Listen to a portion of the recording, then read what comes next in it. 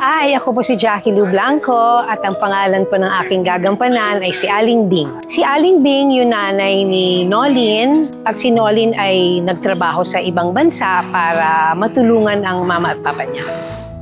Miss Jackie, kung sakali po, saang bansa mo po gustong magtrabaho bilang isang OFW? Wow, siguro sa Australia.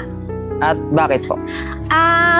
Napuntahan ko na kasi siya, meron ako mga kamag-anak doon at sa tingin ko sa bansang yon talagang very family-oriented. Siguro I feel at home lang kung sakaling doon ako magtatrabaho. Kung sakali po, kaya mo po bang iwanan ang pamilya mo para mag-alaga ng anak ng iba? Wow, mahirap.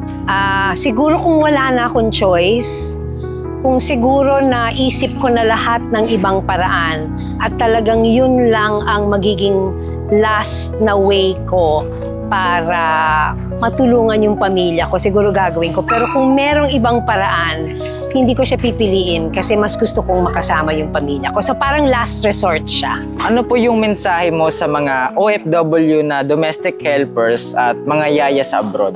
Wow, siguro ang mensahe ko, una, maraming salamat sa sakripisyong ginagawa ninyo. Ang magiging mensahe ko lang siguro is na ipagpatuloy yung magandang trabaho nila doon. Mag-ipon as much as you can para pagka okay na, makauwi kayo at makasama nyo na yung totoong pamilya ninyo. Iniimbitahan ko pa kayong panoorin ng Magpakailanman, Viral Yaya. Nako, magugustuhan po ninyo. Sana po samahan nyo kami sa Magpakailanman.